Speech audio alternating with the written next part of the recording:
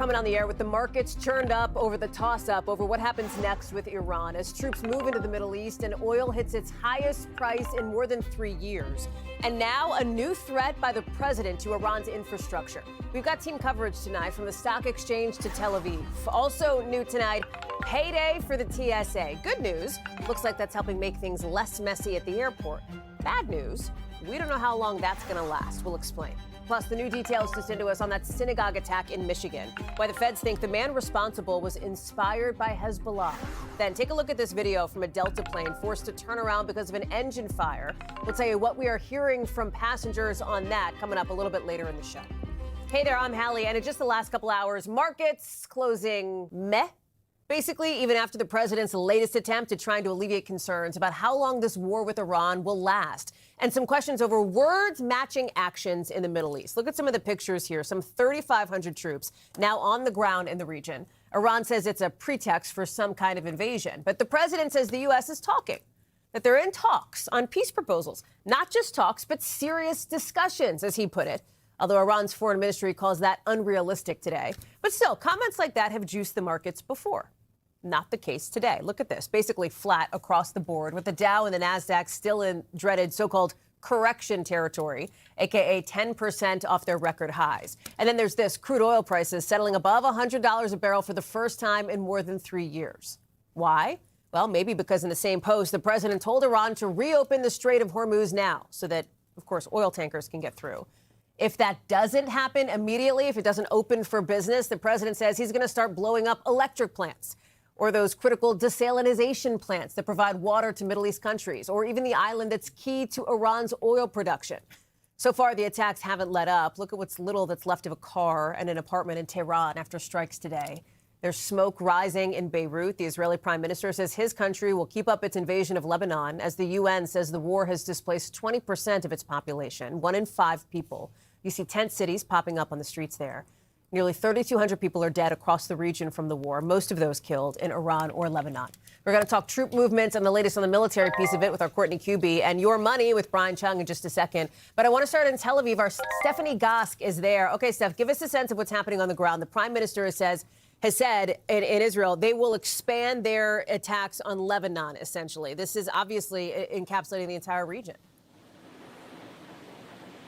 Yeah, you know, Hallie, we know that Israel is on the offensive in Iran along with the United States, but effectively they're going on the offensive in Lebanon as well, and that's because of Hezbollah. And there's probably no greater, more important proxy for Iran than Hezbollah. Funded, armed by Iran, Israel has repeatedly been in exchanges of fire with Hezbollah throughout the years. We talked a lot about during the war in Hamas, that front in Lebanon opened up. It has opened up again because Hezbollah started launching rockets into northern Israel in support of Iran. And now Netanyahu saying he's basically going to take advantage of this moment and completely fundamentally change, in his words, that border. What does that mean? That means more attacks on southern Beirut. The IDF saying today that they have taken out more than 100 apartment buildings where Hezbollah was operating from, they said, as well as troops going in.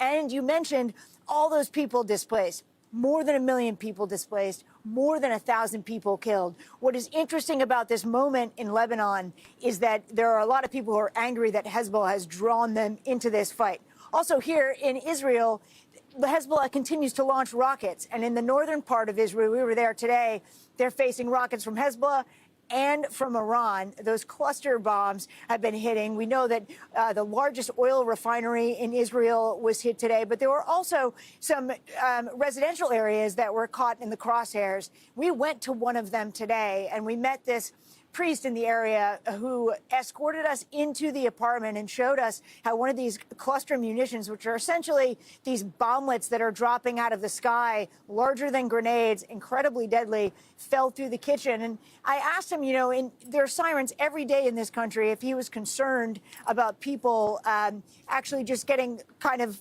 used to it and not running for cover. Listen to what he had to say to me about the shelters in that area. Are there people who are getting tired of the sirens and not leaving? People who feel like they're I can tell you that our Arab society doesn't have place to go and to leave. because most of the Arab families in the Arab villages and towns, we don't have no public shelters and no private shelters. So some places, Hallie, where they just don't have places to go, but also just fatigue with the weeks and weeks of war at this point. Well, you talk about, too, what the president has threatened to do back here at home, back here in Washington, threats to this infrastructure in Iran, specifically civilian infrastructure. Garrett Haake pressed the White House press secretary about that today. Let me play a little bit of that stuff.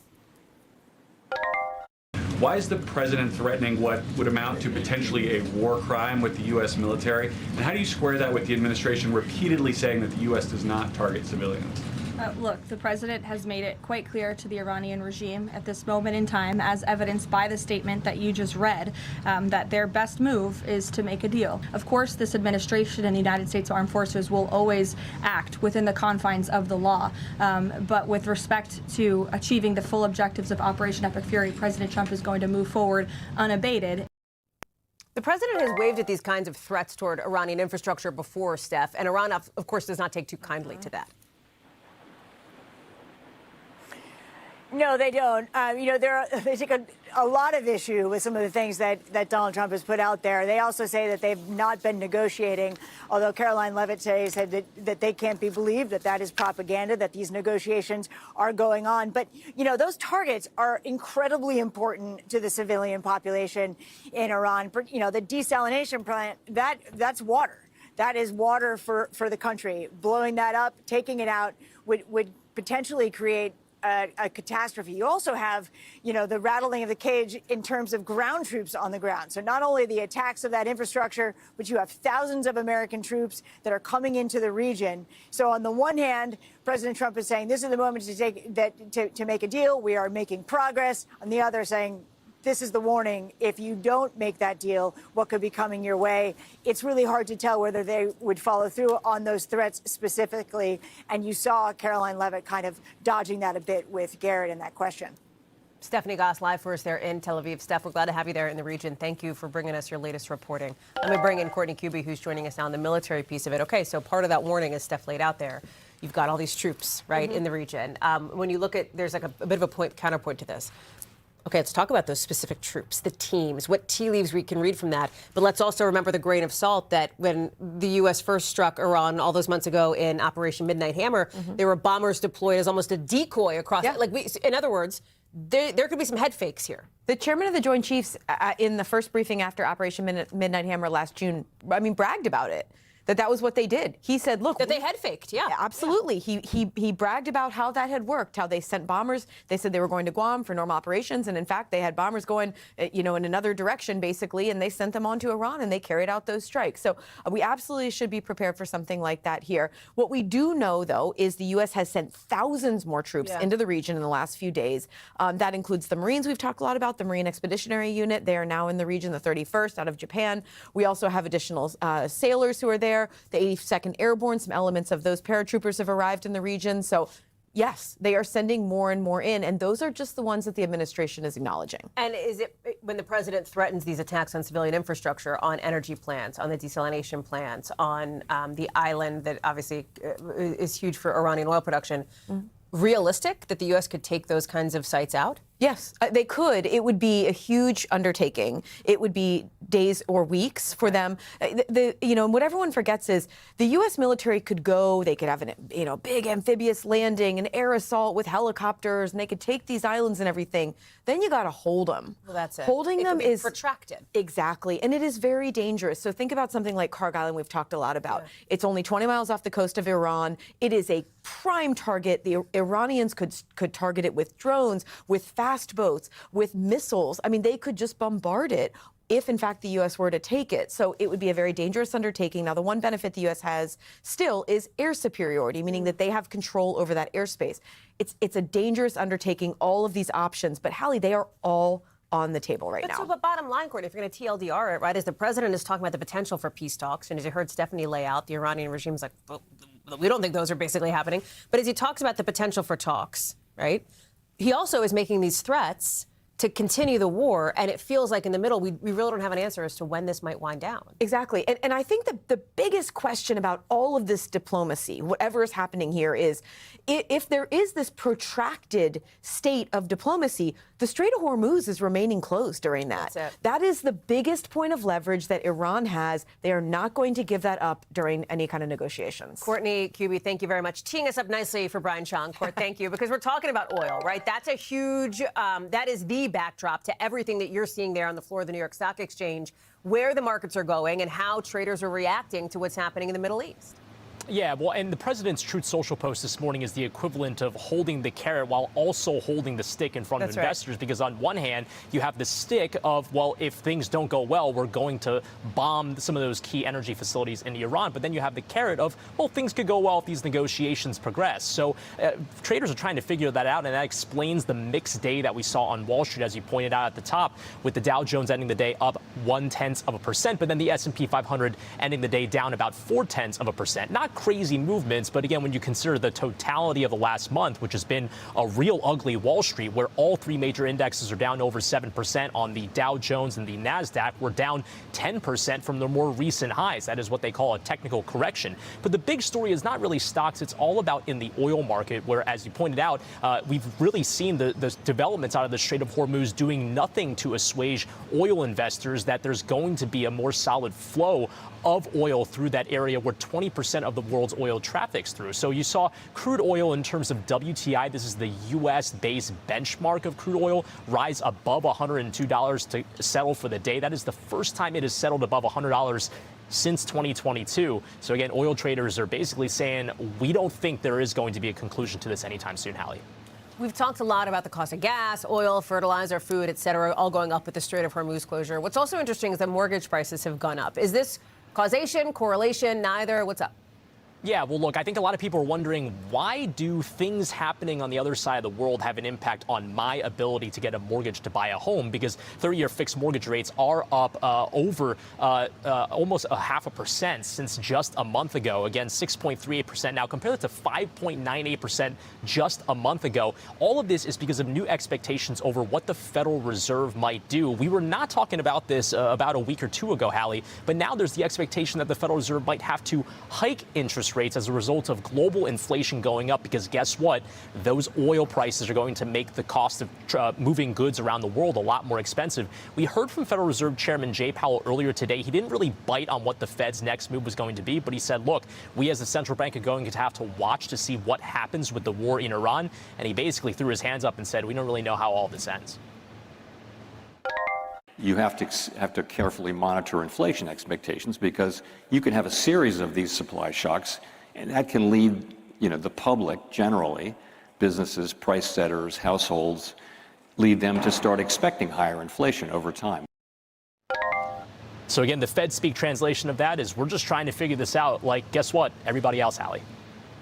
Brian Chong, thank you very much. Live for us there in downtown New York. Appreciate that. So let's talk about the what is now the longest partial government shutdown in history, and where some people are still feeling it the most, which is obviously at the airport. Listen, there's some relief for TSA officers today. They're finally getting paid for the first time in like 6 weeks. That's after President Trump signed that order to get the money in their pockets, even with the Department of Homeland Security still shut down. Okay. Yay, looks like shorter lines then, right? Look at Houston. That's not bad. That's not bad for checking in, but wait, there's a catch. This may very well be only temporary relief, considering Congress is out of town for the next 2 weeks, and they didn't get to a deal Friday before heading home. We'll get to the congressional gridlock with Sahil Kapoor in a second, but first I want to start with Priscilla Thompson, who is live for us in Houston at the Bush Airport. So Priscilla, TSA officers were struggling. We talked about this how many times, right? Didn't have a paycheck. Many of them walked off the job, went to a second job, whatever the case may be. Paychecks today, lines seem to be getting better. What does it mean for morale, for travelers, for staff, for the long term? All different questions, I realize. Yeah. Yeah, Hallie, what a difference paying people to do their jobs that they have been doing makes. These lines have been like night and day throughout the day today, and we've been looking in Houston, Philadelphia, New York, Baltimore, short lines, waits under 30 minutes. I spoke to one TSA officer as she came out, and I said, how are you feeling today? And she said, great, much better, because we know that those paychecks did hit today, with DHS confirming that most TSA employees got at least 2 checks of back pay today. I also spoke to travelers who came to these lines and very happy to see what it was that they saw. I want to play some of what I heard from folks. What were you expecting? Like super long line stopped. Yeah. Not making my flight on time. Yeah, but none of that, because the officers are getting paid today. What were you expecting when you got here? Oh my God, I came here like 8 hours before. And I came here, I didn't see anybody here. I was like, is this IAH? They can take away all these. We don't need it no more. Yeah, no line. Yeah. And just to put a fine point on it, in the past 6 months, TSA officers have worked 90 days without pay. That is about half of the past 6 months, as they endured 3 different shutdowns during that time. And I did speak to an officer, and I asked them, you know, in 2 weeks, paychecks are going to be due again. What then if nothing in Washington changes? That officer said that they expect that this emergency proclamation may still hold for their next paycheck in 2 weeks. But if it doesn't, we're going to be right back in the same place we were in the past week, where we saw those 4-hour waits in many places. And that officer told me that it would be an absolute tragedy. Hallie? Priscilla Thompson live for us there in Houston. I want to get to Sahil, who's with us now. And I mean, even if that's the way that they get paid in 2 weeks, Sahil, right, through this emergency order, that's not what they call here in Washington regular order. Like, that's not normally how the process should typically work. But Congress is gone for the next 2 weeks. And the top Senate Republican has said, we're not coming back. He's not planning to bring anybody back. So that means we're stuck in this status quo for 2 more weeks at least, right? Probably. The only way I see Congress coming back early from recess is if they actually cut a deal that can pass both the House and the Senate. But who is and cutting get the signed deal? into law. Who's actually doing the negotiating? So this is the key question. Technically, it's congressional leaders who are running the show here. Speaker The ones Mike who aren't Johnson, in Washington. The ones who are in Washington who are now back at home. But it was Speaker Mike Johnson dealing with the House front, and it was primarily Senate Republican leadership dealing with Democrats in terms of a potential path forward. The reason is the Senate is where the rubber hits the road. It's where the 60-vote threshold is, which means you have to get Democratic votes. So whatever Republicans decide to do, whatever President Trump decides to do, it's not enough unless you get Democratic votes. And this is where we had this bizarre communications breakdown happen between House and Senate Republican leaders back on Friday, when Senator John Thune, the majority leader, thought he was passing by unanimous consent a bill to fund all of DHS except ICE and CBP with the support of the White House. Right. Turns out that wasn't the case. At least it wasn't. It happened to not be several hours later when Speaker Mike Johnson said he just spoke to Trump, and Trump supports a competing bill. So where does Trump stand in all of this? It's an open question. It's a bizarre situation because he's not given clear direction in terms of what he wants in a bill that can actually get Democratic votes and pass. But he has been clear on one thing. Let's play. It's a shame. They should really just go to a filibuster. They should terminate the filibuster, and they should vote. That's what I think. Look, I think the Senate is playing it too soft. The Republicans are wonderful people, but we're dealing with very sick individuals. The Democrats are sick. There's something wrong. They're like terrorists, and we have to protect our country. So the one thing President Trump is abundantly clear on is that he wants Republicans to nuke the filibuster, which is the one thing they have made clear they won't do because they believe the legislative filibuster protects them in the long haul, which is why we get back to square one. Without saying any Washington words, then. People who've got spring break travel. Easter's coming up. Passover is this week, I think. Next week is Easter. People who are traveling, kids on spring break. What are they to hope for, Sahil? What is their best hope? I wouldn't take anything for granted right now. We know, based on what Priscilla just reported, that there'll be some temporary relief. But at the end of the day, we don't know exactly how deep this pot of funding is. We don't know if it's going to be one paycheck for back pay or if it's going to persist. So the honest answer is we have more questions than we have answers. The main point of hope that I would submit here is that sometimes when lawmakers go home and they come back, cooler heads prevail. Sometimes they just get sick of each other and they need to go away and then return. Maybe that's the best we can hope for right now. Sahil Kapoor, I'd never get sick of you. Thank you, friend. Appreciate that. We'll see how this goes. Thank you. We got to get to some new developments now from the FBI out of Michigan, with the agency in just the last couple of hours saying that truck ramming, remember that, on a synagogue in that state, was a Hezbollah-inspired act of terrorism. 10 minutes before the attack, officials say the attacker sent this final message in a video. Watch how it was described. In Arabic, he records himself saying with this screenshot, "This is the largest gathering of Israelis in the state of Michigan, in the United States. I have booby-trapped the car. I will forcibly enter and start shooting them. God willing, I will kill as many of them as I possibly can." Officials say the suspect rammed the truck into the synagogue back in March. Remember that, which set part of the building on fire. We showed it to you that day. The suspect died by suicide during a gunfight with security. One guard was hurt in the attack, but is expected to make a full recovery. The synagogue has now, just in recent days, posted a picture, several pictures actually, online showing the aftermath of the attack, the charred hallways. Look at this, photographs that are melted off the wall. This is a children's center here with glass shattered on the floor and more. Officials say several members of the attacker's family had died in an Israeli airstrike in Lebanon just a week before the attack. Shaquille Brewster is following this one for us. Fill us in on what else officials had said, because there had been from the jump questions around motive here. It was, I think, very quickly dubbed as a suspected act of terror, and now there's these new details. New details and really key messages that were sent between this suspect and sent from this suspect in the minutes before the attack. Literally, Hallie, as he was sitting in that parking lot in that pickup truck full of explosives for nearly 2 hours. Officials say, and the FBI saying that he sent about 19 different messages to his sister who lives in Lebanon, talking about ideas of being a martyr, talking about videos and sharing videos from Hezbollah leaders. There's even an image, a meme of the Israeli flag and Hezbollah lettering and coloring over that flag. The message from officials is that this is someone who wanted to kill as many people as possible, that he even searched ahead of the attack, looking for when people would be gathering for lunch in that synagogue. Listen to what we heard from the U.S. attorney during that press conference earlier today. His death was just a means or a tool to kill as many Jews as he could. That's why his last statements were that he was on a special operation to kill as many of them as he possibly can. The U.S. attorney going on to say that had this suspect survived this attack, he would likely be charged and convicted with providing material support to a terrorist organization. We should also note that officials said there is no evidence. They have gathered no evidence that anyone else was involved or that there were any other targets in this attack, Hallie. Do they have any sense of the advanced planning on the attack? In other words, how long this person had been considering this kind of thing?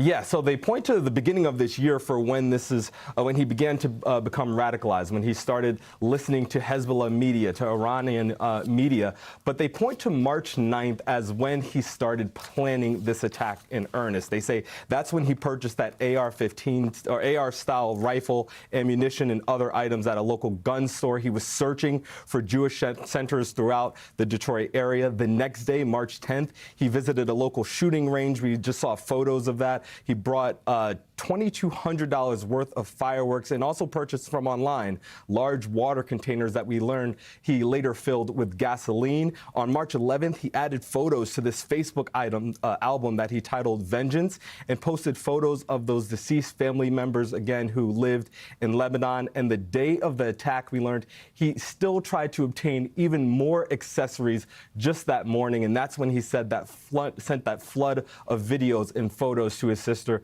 who lives in Lebanon. One other point that we learned, Hallie, is that in the hours before the attack, he also called his ex-wife 5 different times. She called police, asking police to essentially do a welfare or wellness check on him. But unfortunately, that was literally minutes before the attack as he was sitting in that pickup truck before he ended up ramming it, driving about 200 feet into that synagogue where we know about 140 children were inside. Again, fortunately, none of the children, none of the teachers were injured. Shaquille Brewster, thank you very much for that. Lots of new details coming on that late today. Appreciate that. Also tonight, you've got millions of people in the Midwest bracing for really intense storms after a whole bunch of really bad weather for the region, including those deadly tornadoes just a few weeks back. That's as out west, you're seeing more of a fire risk right now. More records broken in March. Remember, we talked about all of that heat. 17 states seeing all-time highs. And I should say earlier this month, I mean, there's just a few weeks back. NBC Connecticut's chief meteorologist, Ryan Hanrahan, is joining us now. Ryan, it's good to see you. Talk us through what the landscape looks like. We see a lot of sort of fire alerts on the map there. This is kind of a critical moment for a lot of folks. Yeah, it sure is. And the reason we're seeing these, Hallie, because like you mentioned, we've had such an extremely long and impressive duration of record heat across the Rockies and the West and even the Plains. So we've got red flag warnings. Red flag warnings means there is an enhanced fire danger through the Rockies into portions of the Plains. That goes for the next couple days. Tomorrow, I think the worst of the fire danger, where the fire danger is the most elevated, the higher risk for wildfires across portions of New Mexico and the Texas Panhandle as well. But check out this area of warmth. Just remarkable. Once again, temperatures here as we close out the month of March, 15 to 30 degrees above average in a huge swath stretching from California all the way east into the Great Lakes. And we can look at some of these numbers here. Kansas City today, 86 degrees, 78 in Chicago, Denver 81, Santa Fe, New Mexico 78, just baking in Phoenix at 96. So all of these temperatures way above normal, numerous record highs expected. Now that heat is going to begin to shift to the east a little bit. So during the day tomorrow, we see that heat heading toward Cleveland. Not exactly hot, but really nice for the time of year. 77 degrees, 77 in New York, 21 degrees above average in New York, and 85 degrees in St. Louis. A cold front moves in, though, so that warmth is on borrowed time. Temperatures will begin to drop. Chicago by Wednesday, high temperature only 43, and New York goes from 72 on Wednesday down to 57 degrees on Thursday, and this will come with a threat for some severe weather as well. Chance for severe storms later tonight from Chicago up north to Milwaukee and back west into Iowa. I mean, Hallie, we'll send things back over to you. Ryan, there's a lot going on, but wait, can I ask you, I would be remiss, since you're from our NBC Connecticut station, if I didn't ask you about a different kind of forecast. UConn men's basketball. What is your data-based analysis? How about that? You know, I was out yesterday. I looked at the score. They were down by 19. I'm like, yeah, I'm not even going to bother. And I made that. Oh, my God. But I changed my mind. I watched the second half. It was remarkable. So exciting. Thinking of you and our friends in Connecticut on that one. Ryan Hanrahan, thank you very much. Appreciate that. Thanks, good to see Hallie. you. Coming up, check out this pretty scary new video of a Delta flight. Look at this. It was forced to return just minutes after takeoff. We'll show you the moment the plane's engine caught fire. Plus, why the Army's looking into a video posted by Kid Rock.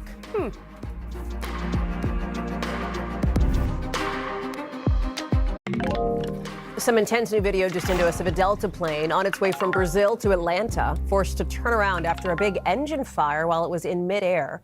Look at this. You can see actually basically the moment that it caught on fire right there, seconds after the plane took off.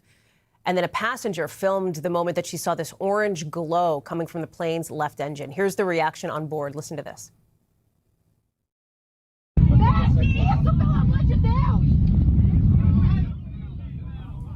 Of course, people are yelling. They're concerned. There's this, what looks like smoke on the plane's wing after the emergency landing. Delta says pilots landed the plane safely, and we don't know specifically how many passengers were on board, but you can see it's obviously a full-size plane. Morgan Chesky is following this one for us. What happened here? How does something like this happen? I mean, you know, everybody's thankful the plane got down safely, but some scary moments for those passengers. Yeah, Hallie, incredibly terrifying here. We know the cause of this engine failure is still very much under investigation. Brazilian aviation authorities working on this. We do know that the FAA has offered their services as well. But look at this video just in. That fireball kind of engulfing that left engine on this Boeing Airbus 330 taking off from Sao Paulo, hoping to get to Atlanta. Hallie, they had to turn around within 10 minutes because of that very issue there. Fortunately, the pilots were able to radio to the control tower there. They said Mayday. They turned the plane around. This, like all passenger jets now, can fly quite capably under the power of one engine, but that does not take away from the incredible amount of fear of those on board. You can see people kind of looking out the window, the glow of the night sky from those flames and sparks coming out of that left engine. We have learned that there were more than 270 passengers, 14 crew on board this jet, which, as you can see, made its way safely back to the runway, but the charred remnants of that left engine remained there.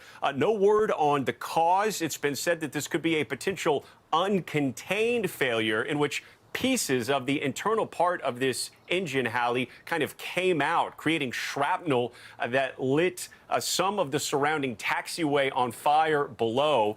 We do have a statement from Delta following this incident that took place late last night. It reads in part that and then customers were taken by bus to the terminal. Again, a pretty broad statement from Delta, Hallie. We do anticipate learning more, but I should note many of those passengers still in Brazil right now waiting for a safe way to get back home. Morgan Chesky covering all that for us from L.A. Just wild to look at. Morgan, thank you very much for that. Appreciate it. Let's get you over to the 5 things our team thinks you should know about tonight. Number 1, the Army is looking into some pretty wild video posted by Kid Rock. Look at this. It shows what looks like Apache helicopters hovering, at least one, outside his Tennessee house. We know that the chopper flew from Fort Campbell, Kentucky. An Army spokesperson tells NBC News that aviators must adhere to strict safety standards, professionalism, and established flight regulations, adding appropriate action will be taken if there were violations. So we'll see. Number 2, actor Russell Brand's rape and sex assault trial in the UK is being moved to October. It had been set to begin in June. The judge says there was some concern they couldn't find jurors who could sit through the expected 2-month-long trial. Brand is facing 7 charges tied to alleged incidents involving 6 women. He's pleaded not guilty to all of the charges. He has previously said he welcomes the chance to fight the allegations. Number 3, new video shows hikers airlifted to safety. Look at this in California. So rescuers got a call about some kind of medical situation. They were coming home from a training exercise. Their chopper was low on fuel, so they dropped down 2 crew members to help. A second helicopter then flew in and got everybody involved out safely. Number 4, hear about this huge, I don't know what there's no good pun. A sour theft, I don't know, whatever. Kit Kat bars, 400,000 of them. They were stolen after they left a factory in Italy. Guys, that's like 12 tons of chocolate. That is a lot of Kit Kat Chunky Original. Candy maker Nestle says if the bars turn up and if they're sold, they can actually be traced using unique batch codes. So you got to wonder, is somebody trying to get them on the black market, or is this for personal consumption? It's a big question. The burning questions, we ask them here. Number 5, guess who's back? Celine Dion. Look at this. The Eiffel Tower lighting up tonight as part of her brand new Paris residency. The announcement coming out today. Also, happy birthday to her. We told you last week posters in the city were fueling rumors about Celine's shows. These are going to be her first concerts since her diagnosis of stiff person syndrome 4 years ago. Tickets go on sale next week for the shows in September and October. When we come back, it's another heist. This one, an art heist straight out of Hollywood. How thieves in Italy this time made off with millions of dollars worth of art so quickly. Plus, what we're just learning from NASA in literally the last few minutes as we've been on the air about that historic moon mission. That's next.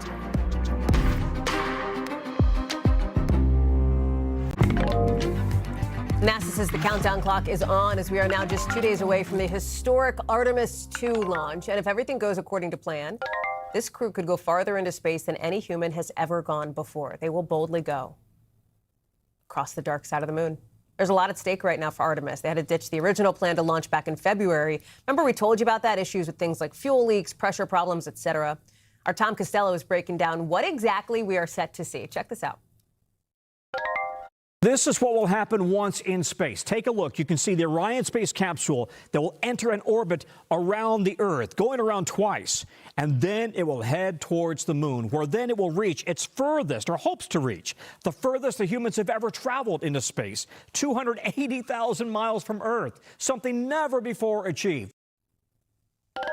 I want to bring in Tom, who's at Kennedy Space Center. Fancy graphics there, my friend. Look at you. And now you're there. You're ready for launch. You're all prepped and good to go. Smooth sailing? What's the word? First of all, big shout out to Telemundo in Miami, who have that incredible virtual reality studio, and they let us come in there and do that. They're incredible and great friends. We are go for launch, and just a few minutes ago, mission managers said they've all voted and they're all go for launch. They're gonna try 6:24 p.m. on Wednesday evening. That's a 2-hour launch window that opens up. And as you know, Hallie, there were some problems earlier this year, right? They were supposed to try in February. Then they had some issues with a leak and also with batteries. And so they had to pull the entire Artemis rocket stack back into the big, huge vehicle assembly building, make some changes. And as you can see, it's now back out on the pad and ready to go. 4 astronauts on board on this 10-day mission, really setting the stage for America's return to the moon. And maybe onto Mars. We'll see if that happens. But this is a very big step that NASA has been preparing for quite a while now. Okay, a couple of questions for you. I want to go granular and then I want to go macro. So micro, macro, micro. It doesn't necessarily mean that at 6:24, that's when this thing happens, right? Like there's a lot, weather, whatever. Can all that, isn't this like any other launch where those kinds of things very last minute could affect the timing? Yes, but here's the cool part. First of all, 80% go on weather so far. That could change, but 80% so far go on weather. And this is not like the space station, right, where they have to rendezvous with an orbiting space station. They got to hit it right on the money. This is a 2-hour window. So if at 6:25, 6:30, if they got some weather, they can kind of hold and wait for that 2-hour period on Wednesday evening. Okay. Let me go macro then, because you mentioned maybe, you know, on to Mars after this, and we don't know. But there is a bigger picture to this launch here that speaks to the space race that you have done so much reporting on, that speaks to the push to get humans even further into space beyond the dark side of the moon. Yeah, I got to say, I think that's really, at the moment, really far in the future. I mean, Okay. if you talk to some Neil deGrasse Tyson, he doesn't think it's going to happen. But the short term, it's about reestablishing a human presence on the moon, building out a lunar base that we're going to live on and thrive on and do research on, and then from there, someday, we go to Mars. But I kind of agree with Neil deGrasse Tyson. I think that's a long way off into the future. Okay, well, in the meantime, we'll be looking ahead to Wednesday night. We'll be carrying it here. Tom Costello, miss you, friend. Thank you. Good to see you down there. Appreciate you. Special coverage of the Artemis space launch right here on Wednesday, 6 o'clock Eastern. Do not miss it. You can find it right here. We will see you in just about 48 hours.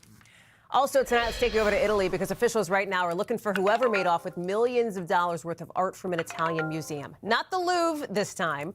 All right, this one's in Italy. Officials say they got in through the front door of a private art museum in the Italian countryside back about a week ago, March 22nd. And in about 3 minutes, so in about like the time from now until when this segment is over, they stole these 3 paintings by Renoir, Cézanne, Matisse. Claudia Lavanga is following this story for us from Rome. On Sunday, the police in Italy revealed that on March 22nd, 4 masked men entered a villa in Parma in the north of Italy, and within 3 minutes they made it out with 3 paintings from French masters Renoir, Matisse and Cézanne worth millions of dollars. Now, the daring theft took place at the Villa dei Capolavori. Capolavori means masterpieces in Italian, and it is home to the Magnani Rocca Foundation, a private art institution which features a significant collection of European art. According to Italian media, a week ago at nighttime, the thieves forced open the entrance door to get into the villa, and within 3 minutes they grabbed 3 of the paintings, escaped across the museum gardens, and then over a fence. Now, authorities say they ran away when the alarm went off, preventing them from stealing more works of art. This is only the latest in a series of art heists in galleries and in museums, including the daylight robbery at the Louvre Museum in Paris in October last year. An investigation into the heist here in Italy is ongoing. Claudia Lavanga, thank you very much. NBC News covers hundreds of other stories every day, and because it can be tough to read or watch or listen to them all, our bureau teams have done it for you. This is what they tell us is going down in their regions in a segment we call The Local. Out of our Midwest bureau, more than a dozen people have been arrested after teenagers, look at this, swarmed a mall in Wisconsin. Huge crowd of people just running. Some fights happened too. Police say that posts online about these so-called takeovers have become a recurring problem in the area. Also out of our Midwest bureau, a Missouri town can finally breathe easy. That truck filled with 40,000 pounds of old tofu is gone. We told you about this fight over who was going to pay to keep the wrecked truck on the side of a highway all of March. Now the money issue is figured out. That tofu is no longer smelling up the place. And out of our Northeast bureau, you heard us with Ryan Hanrahan earlier in the show. The UConn basketball teams are poised to win big for the whole state of Connecticut. Jordan's Furniture promised a full rebate on certain purchases if both the men's and women's team made it to the national championship game after that buzzer beater by the men yesterday. Both teams need just one more win for people to get some free stuff. The store's made this, if you know Connecticut, like the store's made this kind of offer before. They lost big. They gave away $30 million worth of furniture after the Red Sox won the 2007 World Series. But like, listen, Connecticut pride, people love it. Coming up, we've got an NBC News exclusive with the second lady, Usha Vance, which she is now telling our Kate Snow about switching political parties to shopping at Costco and a whole lot more, including about the current First Lady. Kate's joining us right after the break.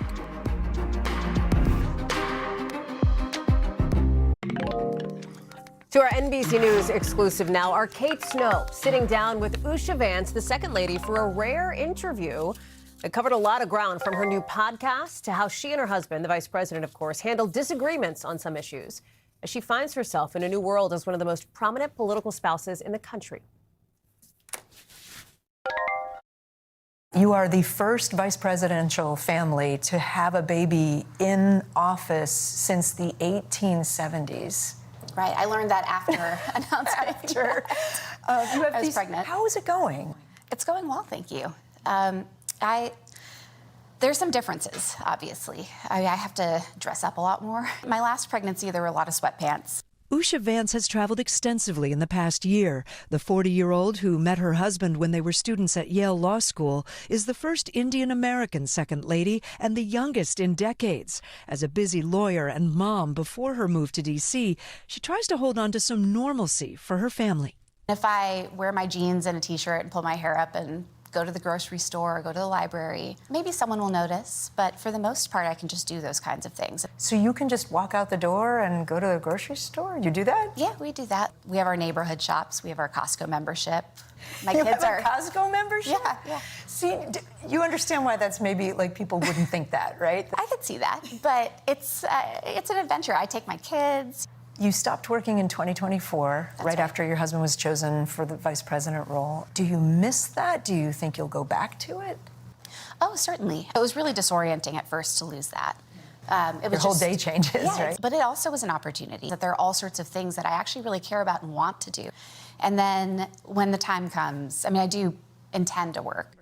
Right now, she's launching a new podcast for kids and families, Story Time with the Second Lady. Feeling rather sick, he went to look for some parsley. We will have someone come in, a special reader, we're calling them, read a fun book, have a very short little conversation, and then invite children to pick up books on their own. It's sort of just an advertisement for reading. Why is this an issue that you care so deeply about?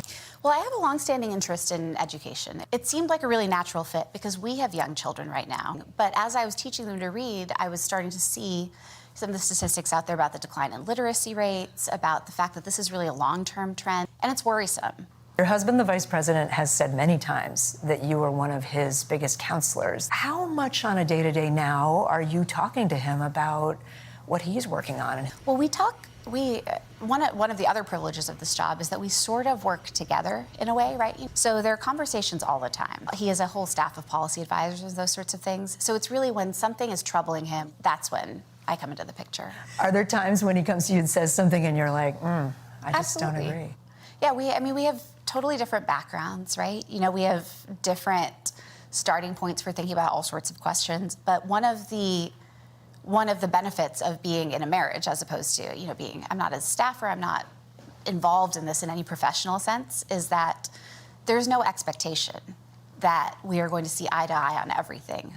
Have you had the conversation about whether he might run for president? Everyone asks me. My attitude is none of this has been planned. I think that my role here is to support him in what he might wish to do and to help him in this moment. In 2014, you were a registered Democrat. Mm-hmm. You're now clearly a Republican. You voted for your husband for Senate. That's public knowledge. I wonder if you feel fully comfortable in the universe that you're in now? What do you mean? In the political universe that you're in. Well, I do feel very comfortable in that no one has ever asked me to engage in any kind of litmus test on anything. And I feel very comfortable in that world. I don't feel like I have to walk around pretending anything of any sort. Sometimes I have thoughts that fit very comfortably into one side or another. Sometimes I have views that are way more idiosyncratic. And it's a world that I think is actually rather accepting of that, since everyone knows that I really care greatly about JD's success. Kate is fresh off that interview joining us now. Kate, thank you for being with us, because this interview covered a lot. And I know that you've been rolling out different pieces of this. Tell me more about what stood out to you from this discussion and what she said about the relationships that she currently has that she didn't previously have with members of the administration like the First Lady, Melania Trump. Yeah, there were a few things that really stood out. I mean, you heard some of the highlights there, Hallie, but I think what was interesting is she's really only done a couple of television interviews since taking this role on as Second Lady. So it was her comfort level that stood out to me. Like, she actually got comfortable, and I think partly because we were in the set for her podcast, and she really wanted to talk about reading literacy, and that's important to her. But as she got more comfortable, you know, she really was sharing a lot of the kind of inside details about what life is like as a second lady and the people she's leaning on. For one thing, she told me she's in a book club with a bunch of neighbors. She also still has girlfriends that she talks to, you know, from the past. But she also leaned a little bit on Melania Trump. I want you to listen to this. Melania Trump had the same kind of transition, coming from the outside, moving to Washington, not knowing a lot of folks. Has she helped you in any way? Do you guys get together? Oh, absolutely. She's been incredibly gracious because, as you might remember, when she took on this, her role, actually not the same as mine, she had a 10-year-old child as well. So she has a really valuable perspective and has been really kind about sharing it. Hallie, she also told me that she really admires the First Lady's sense of purpose, as she put it, that she has issues that she's dedicated to, and she's trying to emulate that. Kate Snow, hard at work, Kate, bringing us all of that. Thank you very much. It's great to see you, friend. Appreciate that. You too. Can see an extended version of Kate's interview with the Second Lady at NBCNews.com, and more, of course, on NBC News Daily with Kate Snow tomorrow, along with her co-anchor Zinkley Esimwa. That's tomorrow, 2 o'clock Eastern, right here on NBC News Now. You can also check your local listings. Still to come, a dream weekend turned kind of nightmare for some Barbie fans. By some say the experience was really giving Fyre Fest. Next.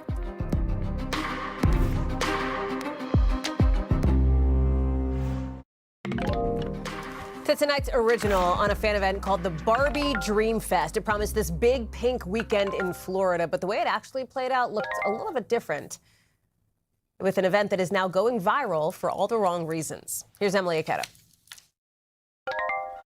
Barbie fans expected a dream weekend. Barbie Dream Fest is a full-on Barbie fan weekend. Full of glamorous activities like a roller rink and interactive Barbie dream house. I can't wait to see you at Barbie Dream Fest. Even celebrity appearances. But when attendees arrived at the Barbie Dream Fest in Fort Lauderdale over the weekend, And this is what we walked into. many say the event had no sparkle. We're the life-sized Barbie dream house right now, guys. That dream house seemingly just a cardboard backdrop, and the convention space promised to be brimming with Barbie-themed activities.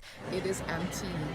Instead, hosting an underwhelming roller rink, bicycle course, and a sparse amount of vendors. I just felt like this event missed the mark. Devin Kirby, a Miami-based influencer, attended the event with her 5-year-old daughter. We had our Barbie gear on, our pink, our sparkle. We were expecting it to be like being dropped into a Barbie movie. Hi, Barbie! Hi, Ken! Instead, she says, it felt less like a movie and more like a bad set. The first thing you saw was a semi-inflated Barbie sign that looked like something you could get online. Kirby attended Dreamfest for free as an influencer and panel moderator, but for the general public, ticket prices range from $69 for an adult day pass and $30 for kids to $500 for an icon pass. I met one mom who said she spent nearly $600 with her daughter to come here, and the daughter was having a terrible time. Online, the comparisons started fast. I just got Fyre Festival by Mattel. Turn around. The disappointment from fans harkens back to 2017's Fyre Festival, which promised a luxury music experience in the Bahamas, but delivered meager meals, soggy tents, and a logistical nightmare. And remember the 2024 Willy Wonka experience and its underwhelming warehouse in Scotland? Leading to reports of tears, bad props, and none of the whimsy. The Barbie Festival in Fort Lauderdale. Back in Fort Lauderdale at Barbie Dream Fest, Serena Williams did show up. Her team did not return NBC News' request for comment. Mattel, the company behind Barbie, said in a statement in part, the event was created by a third party, which, quote, licensed the Barbie brand from Mattel. We want every fan experience to be an excellent one. The third party organizers, Mischief Management, also telling NBC News, bringing fans together was at the heart of this event. Both companies said everyone who purchased tickets will get a full refund. It now joins a growing list of viral experiences that promised magic and delivered memes.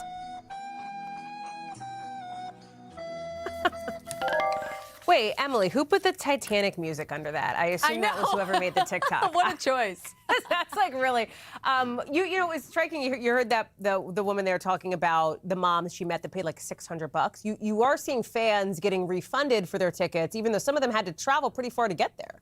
Yeah, you got to remember that the ticket price that they're being refunded for, that doesn't include things like flights and hotels, adding to some visitors' frustrations here. And some people saw warning signs months in advance. A company called Misfit Toys Communications, which helped announce the event, says that the company actually terminated the contract with the event producers over a lack of payment and also over concerns that the event wasn't shaping up what it was expected to be. It all comes at a time when so many people are pouring their money into the so-called experience economy. Yes. Hallie. Do you know what I want to do, Emily? Can we do this together? Let's watch for one that actually delivered. Like, let's do a good one. Right? Like one where people, that's awesome. An event that like really is the experience. All right. That's our next assignment I'll go with together. Very good. Okay, Emily Aketa, thank you very much. Appreciate it. That does it for us for this hour. We've got more coverage picking up right now.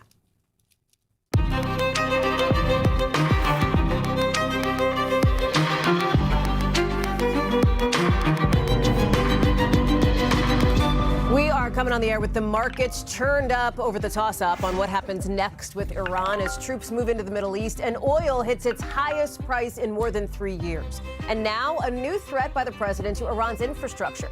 We've got team coverage tonight from the stock exchange to Tel Aviv.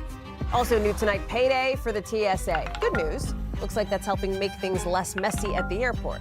Bad news. We don't know how long that's going to last. We'll explain.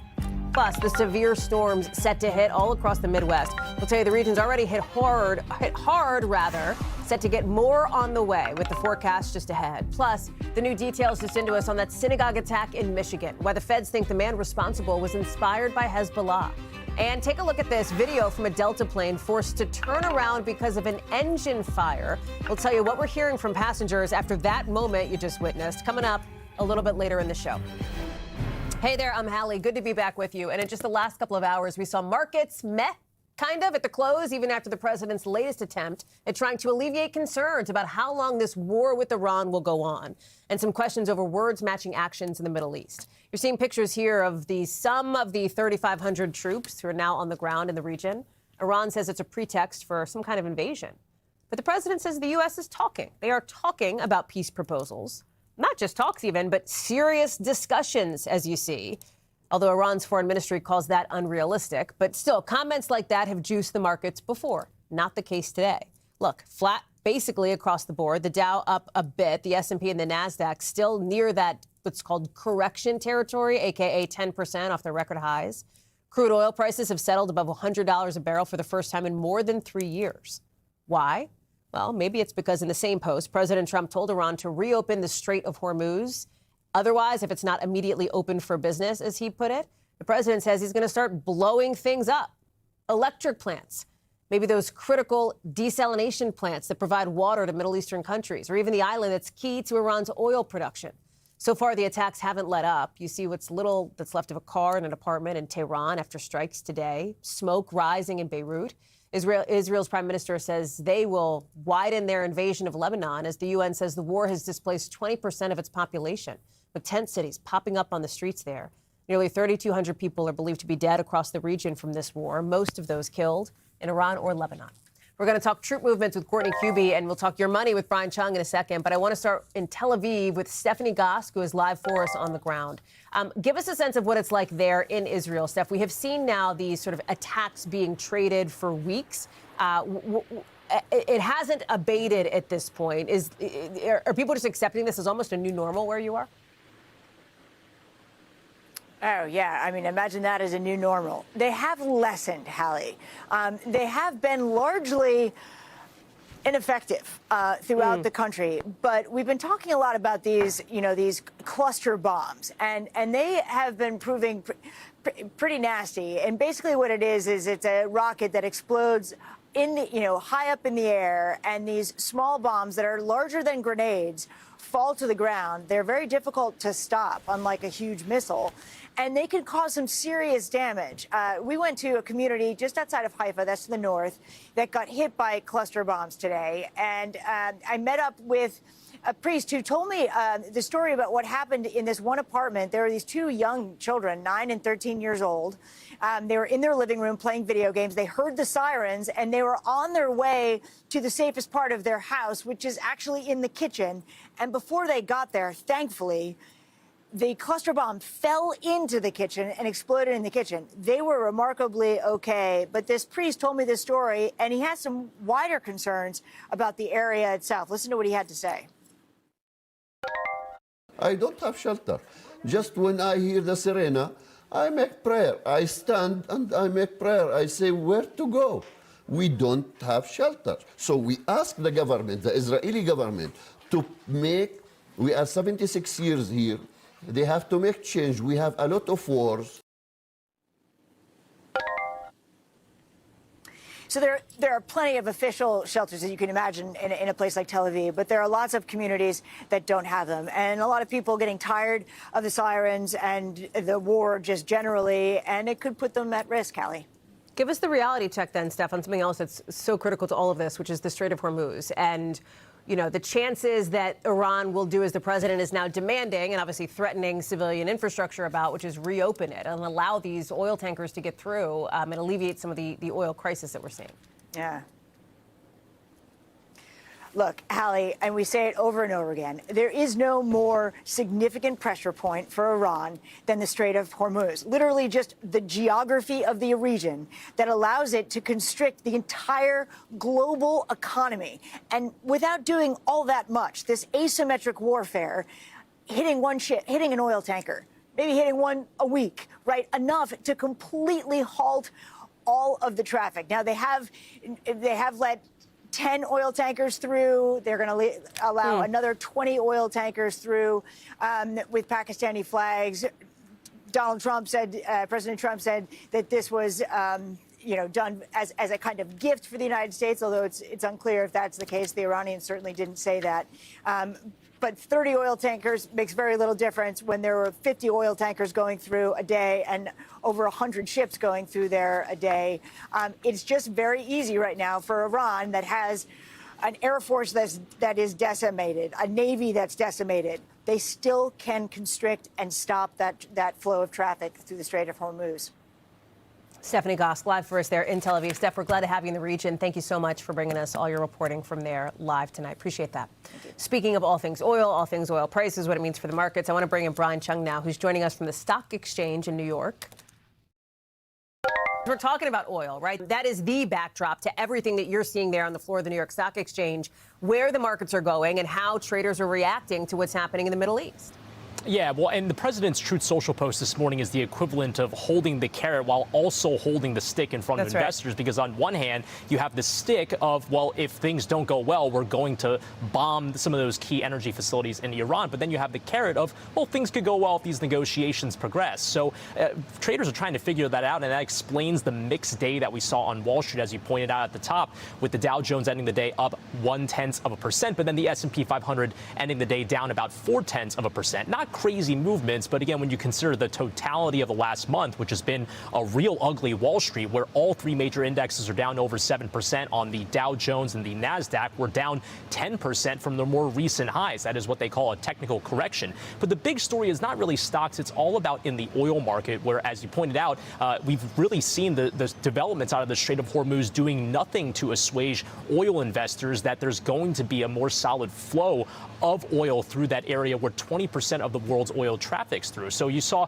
crude oil in terms of WTI, this is the U.S.-based benchmark of crude oil, rise above $102 to settle for the day. That is the first time it has settled above $100 since 2022. So again, oil traders are basically saying, we don't think there is going to be a conclusion to this anytime soon, Hallie.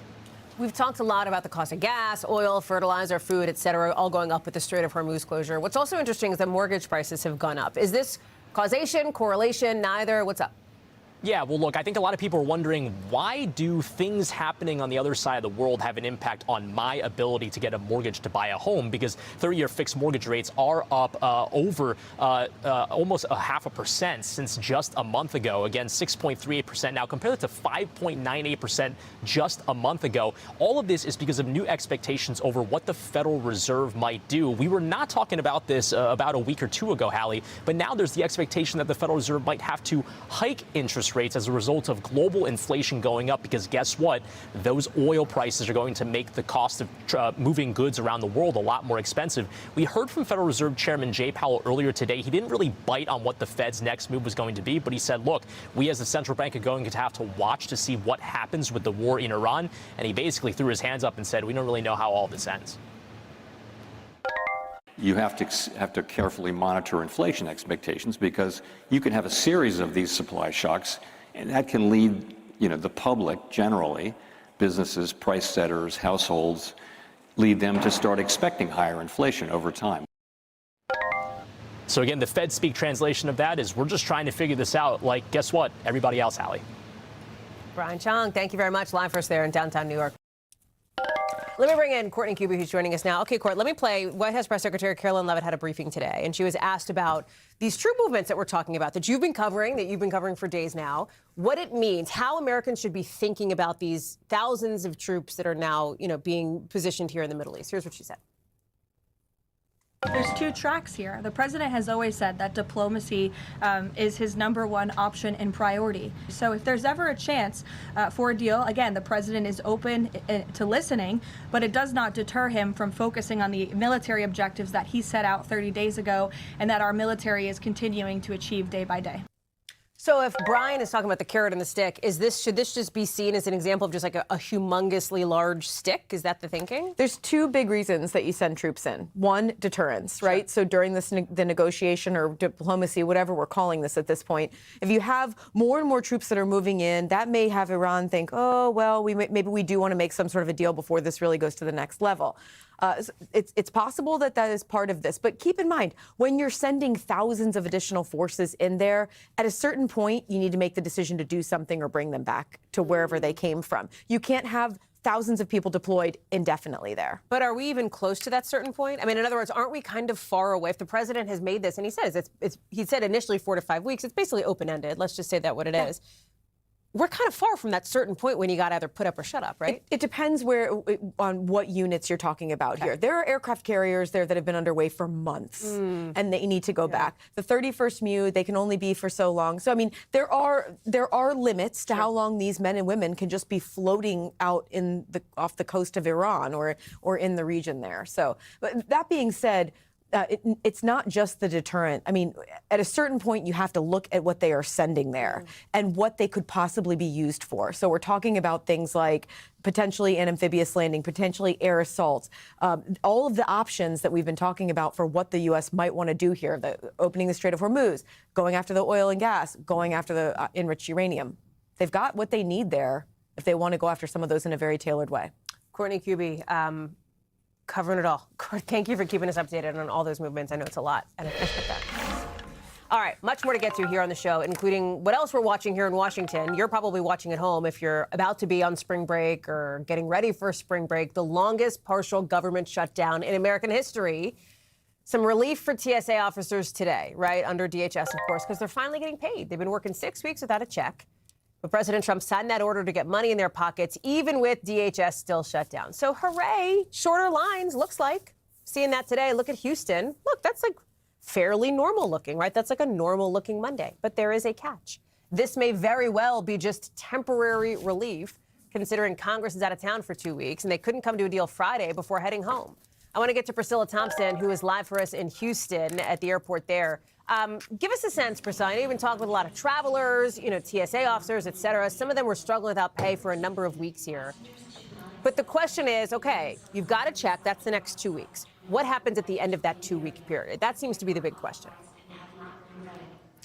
Yeah, a big question mark there. I will tell you, TSA officers today are very pleased to see that money rolling into their bank accounts. I spoke to one officer. She walked out over here, and I asked, how are you feeling? And she said, great, much better today with that information. But I also spoke with an officer who is a union rep on the East Coast, and he was saying that while they expect that this emergency funding may still work out for them if they were to miss another paycheck, that if it did not, that it would be tragic. And that is something that we have asked the White House about, we have asked officials about, and they're not really willing to give an answer on whether or not this emergency funding would last for another paycheck or another paycheck. And obviously that is because everyone is sort of hoping that Congress will come to some sort of an agreement and get things funded as they should be. But right now that is all very unclear. And that officer I spoke to did say it is very possible that in another 2 weeks we are back here again with the TSA officers beginning to call out, as we have seen, with officers quitting, walking off the job because they simply cannot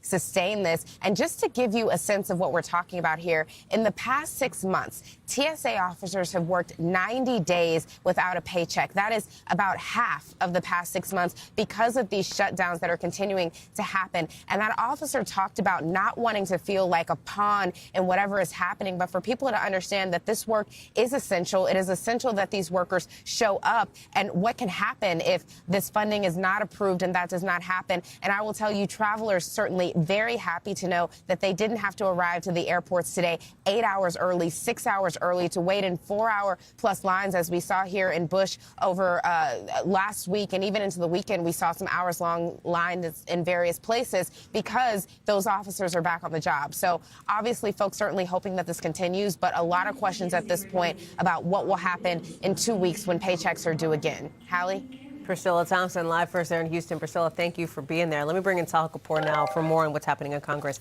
Can I ask the team, I'm going to ask the control room, could you guys pull back up that graphic, the one that Priscilla pulled up, the TSA days without pay?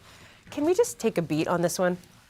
If this was like anybody, if this was like a member of Congress, whatever, if this was your job and you're working these days, but you're not getting paid, come on. This isn't even a hot take to say if this were members of Congress, this wouldn't be happening.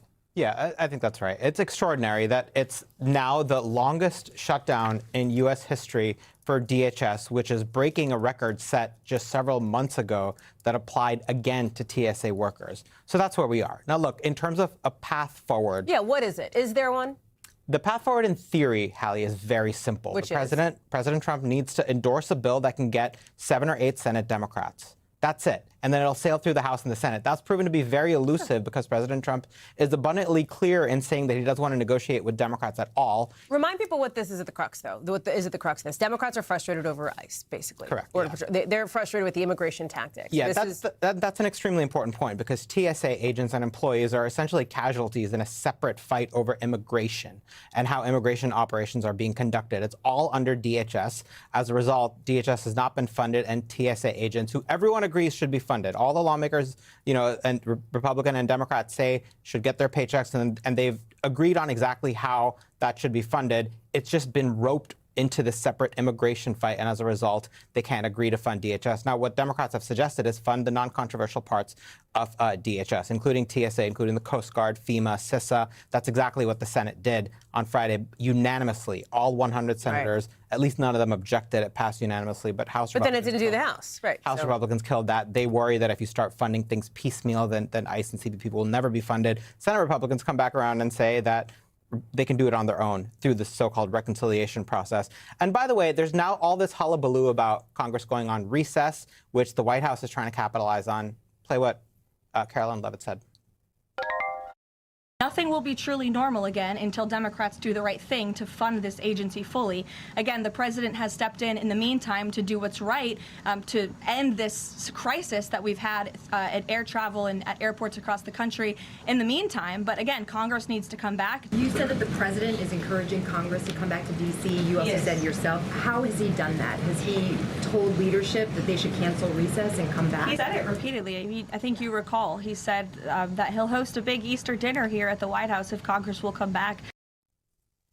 I'll also note here, Hallie, that all 100 senators had to agree to go on recess. Not a single one of them objected here.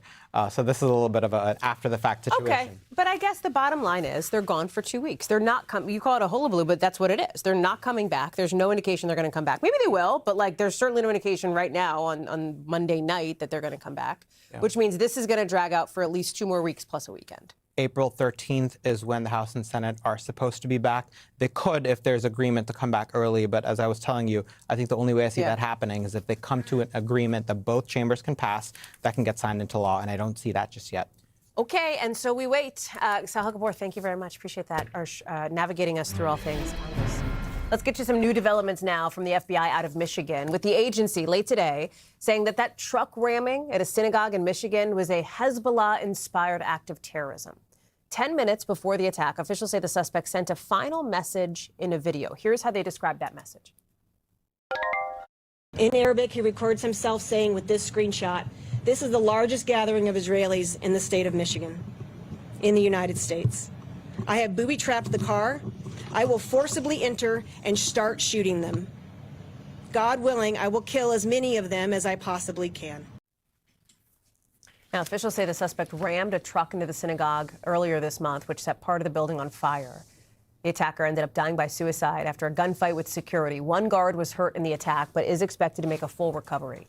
The synagogue, for its part, has posted pictures, look at this, of the aftermath, the charred hallways, the pictures, the photographs that are, you see them here, kind of melted on the wall. This is a children's center. You see the glass shattered on the floor, many more. Officials say some members of the suspect's family had died in an Israeli airstrike in Lebanon just a week before the attack. Shaquille Brewster is following this story for us. Fill us in on what else officials had said, because there had been from the jump questions around motive here. It was, I think, very quickly dubbed as a suspected act of terror, and now there's these new details. New details and really key messages that were sent between this suspect and sent from this suspect in the minutes before the attack. Literally, Hallie, as he was sitting in that parking lot in that pickup truck full of explosives for nearly 2 hours. Officials say, and FBI saying that he sent about 19 different messages to his sister who lives in Lebanon, talking about ideas of being a martyr, talking about videos and sharing videos from Hezbollah leaders. There's even an image, a meme of the Israeli flag and Hezbollah lettering and coloring over that flag. The message from officials is that this is someone who wanted to kill as many people as possible, that he even searched ahead of the attack, looking for when people would be gathering for lunch in that synagogue. Listen to what we heard from the U.S. attorney during that press conference earlier today. His death was just a means or a tool to kill as many Jews as he could. That's why his last statements were that he was on a special operation to kill as many of them as he possibly can.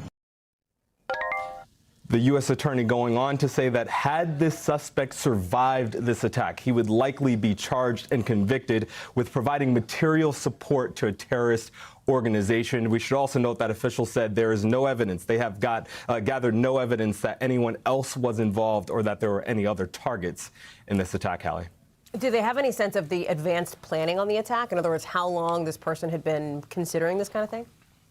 Yeah, so they point to the beginning of this year for when when he began to become radicalized, when he started listening to Hezbollah media, to Iranian media. But they point to March 9th as when he started planning this attack in earnest. They say that's when he purchased that AR-15 or AR-style rifle, ammunition, and other items at a local gun store. He was searching for Jewish centers throughout the Detroit area. The next day, March 10th, he visited a local shooting range. We just saw photos of that. He brought $2,200 worth of fireworks and also purchased from online large water containers that we learned he later filled with gasoline. On March 11th, he added photos to this Facebook album that he titled Vengeance and posted photos of those deceased family members, again, who lived in Lebanon. And the day of the attack, we learned he still tried to obtain even more accessories just that morning. And that's when he said that sent that flood of videos and photos to his sister who lives in Lebanon. One other point that we learned, Hallie, is that in the hours before the attack, he also called his ex-wife 5 different times. She called police, asking police to essentially do a welfare or wellness check on him. But unfortunately, that was literally minutes before the attack, as he was sitting in that pickup truck, before he ended up ramming it, driving about 200 feet into that synagogue, where we know about 140 children were inside. Again, fortunately, none of the children, none of the teachers were injured. Shaquille Brewster, thank you very much for that. Lots of new details coming on that late today. Appreciate that.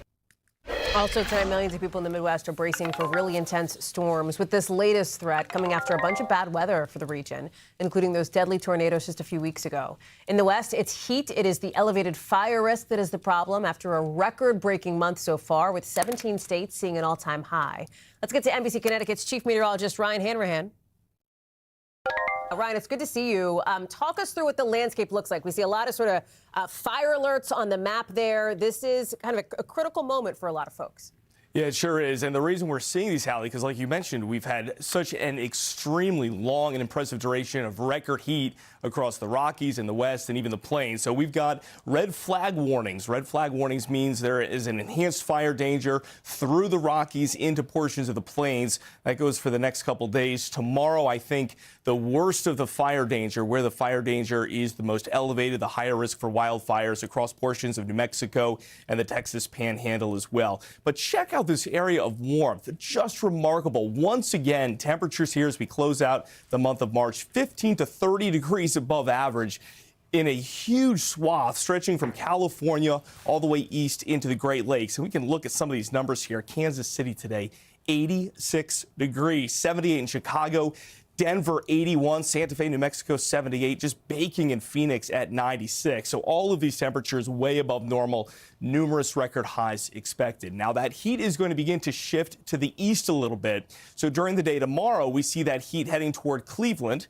Not exactly hot, but really nice for the time of year. 77 degrees, 77 in New York, 21 degrees above average in New York, and 85 degrees in St. Louis. A cold front moves in, though, so that warmth is on borrowed time. Temperatures will begin to drop. Chicago by Wednesday, high temperature only 43, and New York goes from 72 on Wednesday down to 57 degrees on Thursday, and this will come with a threat for some severe weather as well. Chance for severe storms later tonight from Chicago up north to Milwaukee and back west into Iowa. I mean, Hallie, we'll send things back over to you. Ryan, there's a lot going on, but wait, can I ask you, I would be remiss, since you're from our NBC Connecticut station, if I didn't ask you about a different kind of forecast. UConn men's basketball. What is your data-based analysis?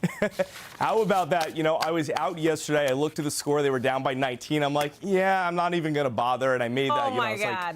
But I changed my mind. I watched the second half. It was remarkable. So exciting.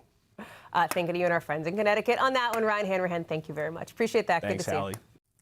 A lot more to get to here in the show, including coming up some scary new video of a Delta flight forced to return just minutes after takeoff. We'll show you exactly when the plane's engine caught fire. Plus, why the Army is looking into this video posted by Kid Rock.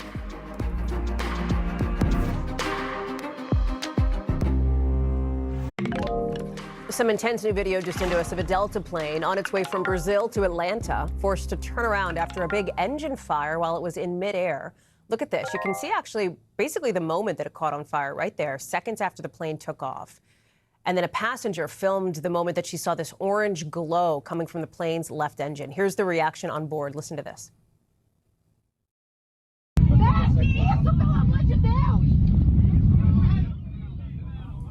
Of course, people are yelling. They're concerned. There's this, what looks like smoke on the plane's wing after the emergency landing. Delta says pilots landed the plane safely, and we don't know specifically how many passengers were on board, but you can see it's obviously a full-size plane. Morgan Chesky is following this one for us. What happened here? How does something like this happen? I mean, you know, everybody's thankful the plane got down safely, but some scary moments for those passengers. Yeah, Hallie, incredibly terrifying here. We know the cause of this engine failure is still very much under investigation. Brazilian aviation authorities working on this. We do know that the FAA has offered their services as well. But look at this video just in. That fireball kind of engulfing that left engine on this Boeing Airbus 330 taking off from Sao Paulo, hoping to get to Atlanta. Hallie, they had to turn around within 10 minutes because of that very issue there. Fortunately, the pilots were able to radio to the control tower there. They said Mayday. They turned the plane around. This, like all passenger jets now, can fly quite capably under the power of one engine, but that does not take away from the incredible amount of fear of those on board. You can see people kind of looking out the window, the glow of the night sky from those flames and sparks coming out of that left engine. We have learned that there were more than 270 passengers, 14 crew on board this jet, which, as you can see, made its way safely back to the runway. But the charred remnants of that left engine remained there.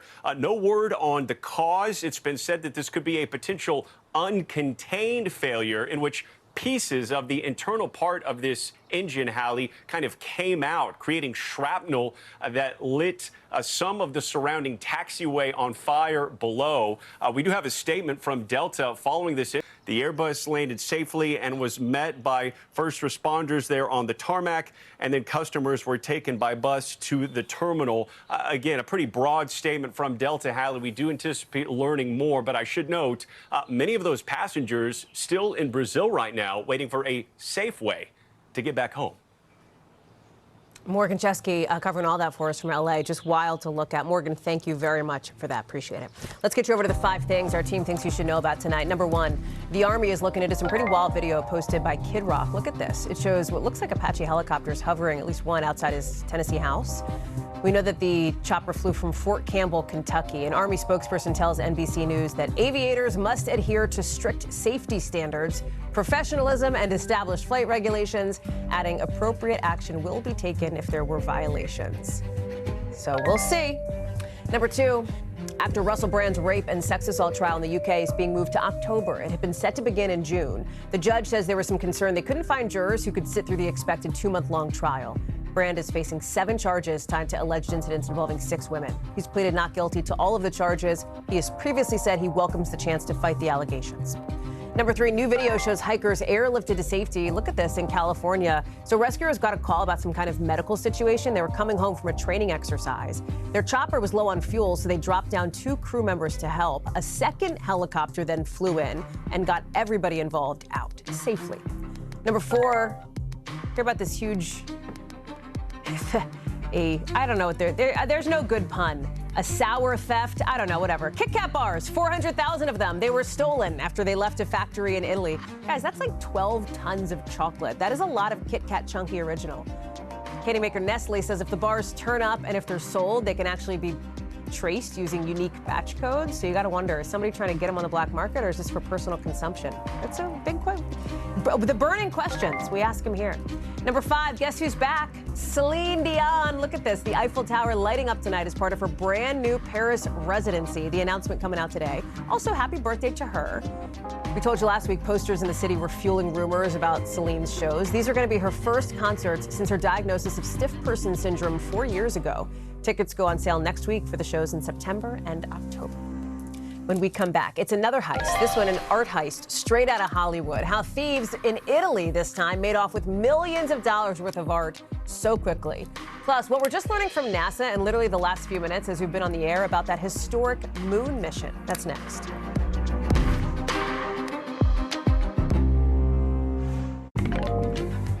NASA says the countdown clock is on as we are now just 2 days away from the historic Artemis II launch. And if everything goes according to plan, this crew could go farther into space than any human has ever gone before. They will boldly go across the dark side of the moon.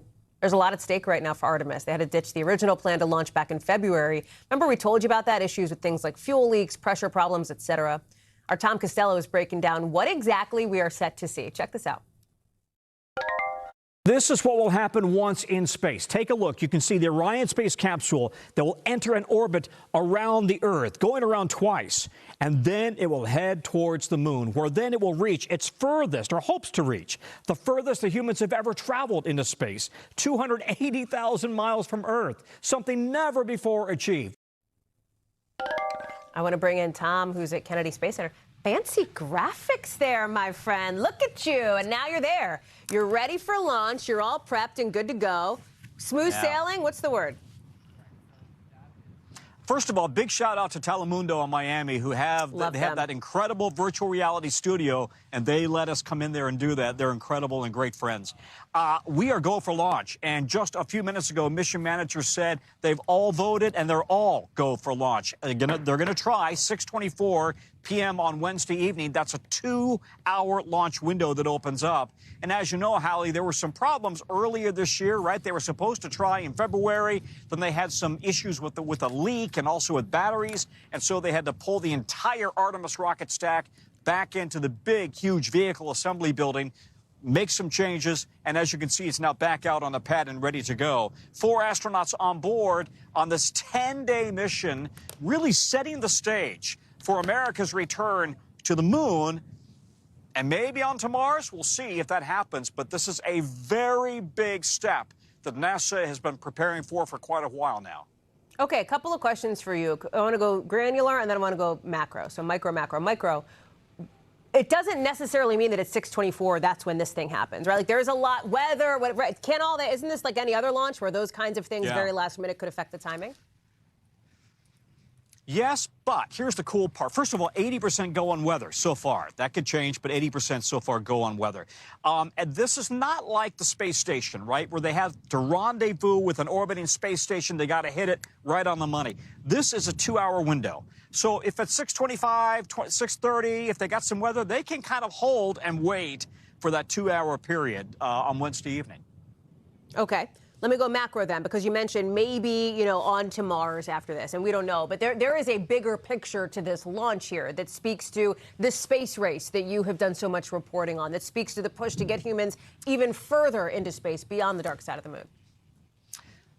Yeah, I got to say, I think that's really, at the moment, really far in the future. I mean, if you talk to some Neil deGrasse Tyson, he doesn't think it's going to happen. But the short term, it's about reestablishing a human presence on the moon, building out a lunar base that we're going to live on and thrive on and do research on, and then from there, someday, we go to Mars. But I kind of agree with Neil deGrasse Tyson. I think that's a long way off into the future. Okay, well, in the meantime, we'll be looking ahead to Wednesday night. We'll be carrying it here. Tom Costello, miss you, friend. Thank you. Good to see you down there. Appreciate you. Special coverage of the Artemis space launch right here on Wednesday, 6 o'clock Eastern. Do not miss it. You can find it right here. We will see you in just about 48 hours. Also tonight, let's take you over to Italy, because officials right now are looking for whoever made off with millions of dollars worth of art from an Italian museum. Not the Louvre this time. All right, this one's in Italy. Officials say they got in through the front door of a private art museum in the Italian countryside back about a week ago, March 22nd. And in about 3 minutes, so in about like the time from now until when this segment is over, they stole these 3 paintings by Renoir, Cézanne, Matisse. Claudia Lavanga is following this story for us from Rome. On Sunday, the police in Italy revealed that on March 22nd, 4 masked men entered a villa in Parma in the north of Italy, and within 3 minutes they made it out with 3 paintings from French masters Renoir, Matisse and Cézanne worth millions of dollars.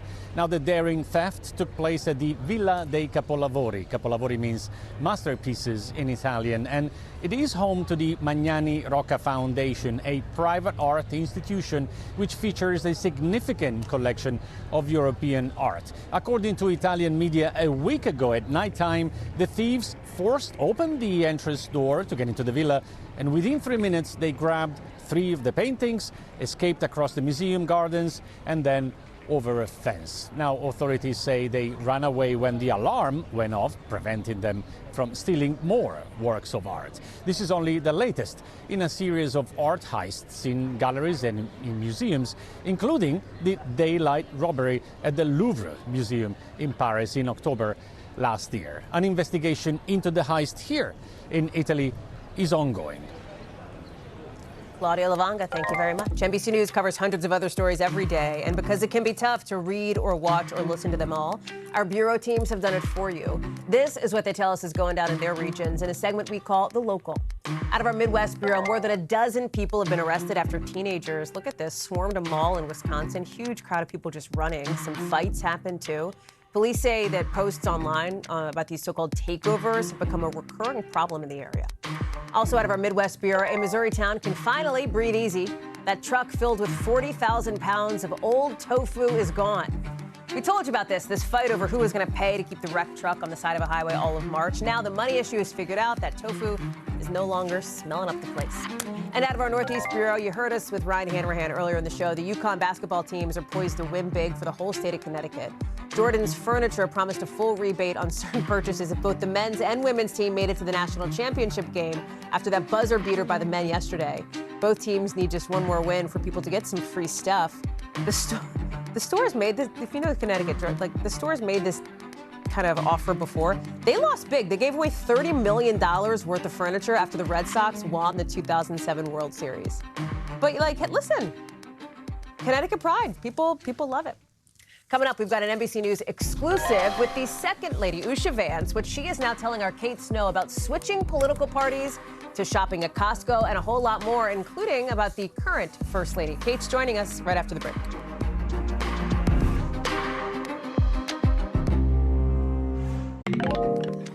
To our NBC News exclusive now, our Kate Snow sitting down with Usha Vance, the second lady, for a rare interview that covered a lot of ground, from her new podcast to how she and her husband, the vice president, of course, handled disagreements on some issues as she finds herself in a new world as one of the most prominent political spouses in the country. You are the first vice presidential family to have a baby in office since the 1870s. Right, I learned that after announcing. I was pregnant. How is it going? It's going well, thank you.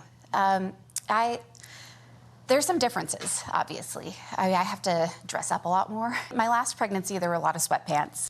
Usha Vance has traveled extensively in the past year. The 40-year-old who met her husband when they were students at Yale Law School is the first Indian-American second lady and the youngest in decades. As a busy lawyer and mom before her move to D.C., she tries to hold on to some normalcy for her family. If I wear my jeans and a T-shirt and pull my hair up and go to the grocery store or go to the library, maybe someone will notice, but for the most part, I can just do those kinds of things. So you can just walk out the door and go to the grocery store? You do that? Yeah, we do that. We have our neighborhood shops. We have our Costco membership. My you kids have a Costco membership? Yeah. See, you understand why that's maybe, like, people wouldn't think that, right? I could see that, but it's an adventure. I take my kids.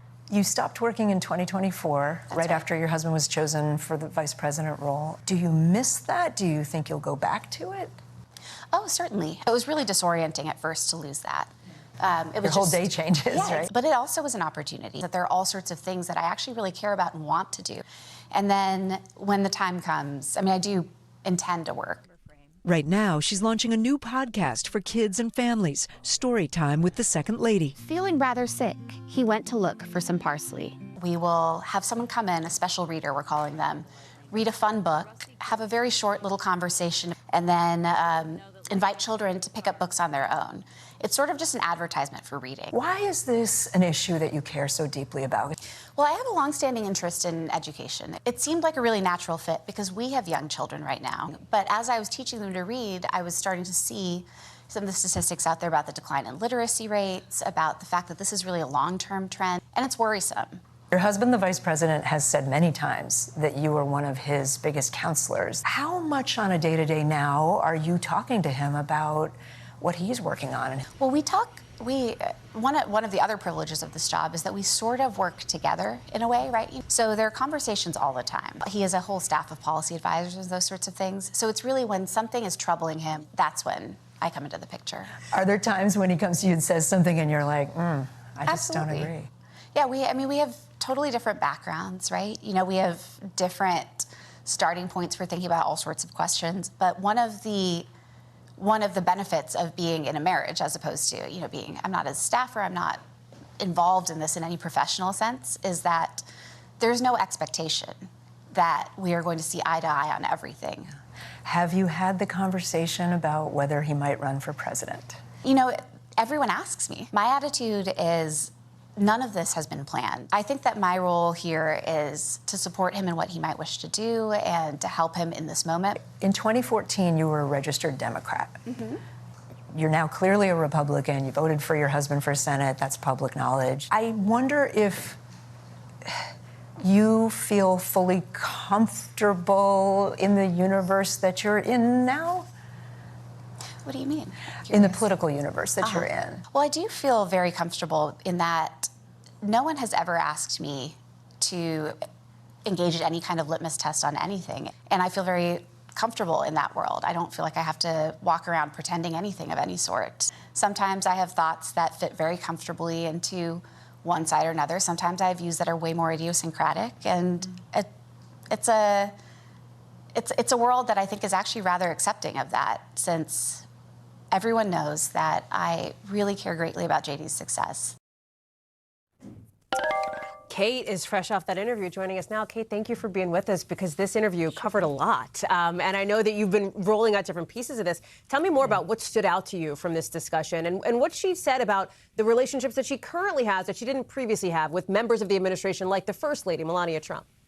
Yeah, there were a few things that really stood out. I mean, you heard some of the highlights there, Hallie, but I think what was interesting is she's really only done a couple of television interviews since taking this role on as Second Lady. So it was her comfort level that stood out to me. Like, she actually got comfortable, and I think partly because we were in the set for her podcast and she really wanted to talk about reading literacy, and that's important to her.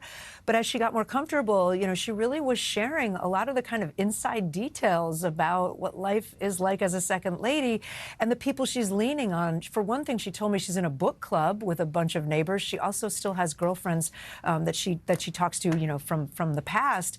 But she also leaned a little bit on Melania Trump. I want you to listen to this.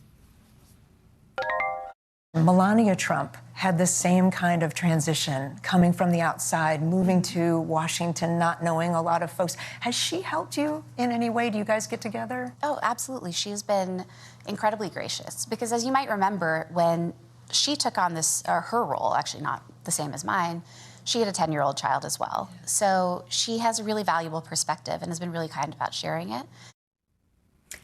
Hallie, she also told me that she really admires the First Lady's sense of purpose, as she put it, that she has issues that she's dedicated to, and she's trying to emulate that.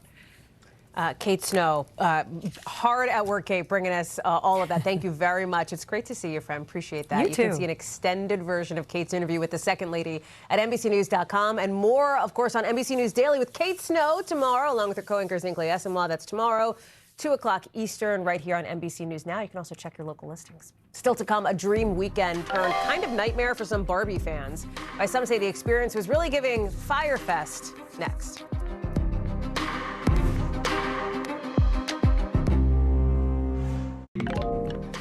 To tonight's original on a fan event called the Barbie Dream Fest. It promised this big pink weekend in Florida, but the way it actually played out looked a little bit different, with an event that is now going viral for all the wrong reasons. Here's Emily Aketa.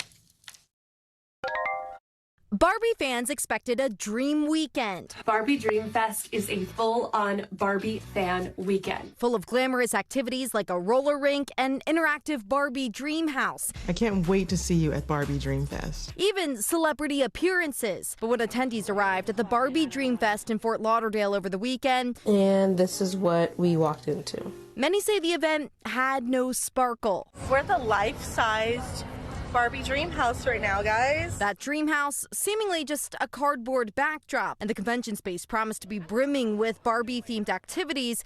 It is empty. Instead, hosting an underwhelming roller rink, bicycle course, and a sparse amount of vendors. I just felt like this event missed the mark. Devin Kirby, a Miami-based influencer, attended the event with her 5-year-old daughter. We had our Barbie gear on, our pink, our sparkle. We were expecting it to be like being dropped into a Barbie movie. Hi, Barbie. Hi, Ken. Instead, she says, it felt less like a movie and more like a bad set. The first thing you saw was a semi-inflated Barbie sign that looked like something you could get online. Kirby attended Dreamfest for free as an influencer and panel moderator, but for the general public, ticket prices range from $69 for an adult day pass and $30 for kids to $500 for an icon pass. I met one mom who said she spent nearly $600 with her daughter to come here, and the daughter was having a terrible time. Online, the comparisons started fast. I just got Fyre Festival by Mattel. Turn around. around. The disappointment from fans harkens back to 2017's Fire Festival, which promised a luxury music experience in the Bahamas, but delivered meager meals, soggy tents, and a logistical nightmare. And remember the 2024 Willy Wonka experience and its underwhelming warehouse in Scotland? Leading to reports of tears, bad props, and none of the whimsy. The Barbie Festival in Fort Lauderdale. Back in Fort Lauderdale at Barbie Dream Fest, Serena Williams did show up. Her team did not return NBC News' request for comment. Mattel, the company behind Barbie, said in a statement in part, the event was created by a third party, which, quote, licensed the Barbie brand from Mattel. We want every fan experience to be an excellent one. The third party organizers, Mischief Management, also telling NBC News, bringing fans together was at the heart of this event. Both companies said everyone who purchased tickets will get a full refund. It now joins a growing list of viral experiences that promised magic and delivered memes.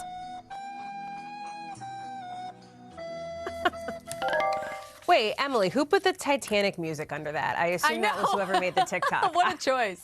That's like really, you know, it's striking. You heard that the woman there talking about the mom she met that paid like $600. You are seeing fans getting refunded for their tickets, even though some of them had to travel pretty far to get there. Yeah, you got to remember that the ticket price that they're being refunded for, that doesn't include things like flights and hotels, adding to some visitors' frustrations here. And some people saw warning signs months in advance. A company called Misfit Toys Communications, which helped announce the event, says that the company actually terminated the contract with the event producers over a lack of payment and also over concerns that the event wasn't shaping up what it was expected to be. It all comes at a time when so many people are pouring their money into the so-called experience economy, Yes. Hallie. Do you know what I want to do, Emily? Can we do this together? Let's watch for one that actually delivered. Like, let's do a good one. Right? Like one where people, that's awesome. An event that like really is the experience. All right. That's our next I'll assignment go with together. Very good. Okay, Emily Aketa, thank you very much. Appreciate it. That does it for us for this hour. We've got more coverage picking up right now. We thank you for watching, and remember, stay updated on breaking news and top stories on the NBC News app or watch live on our YouTube channel.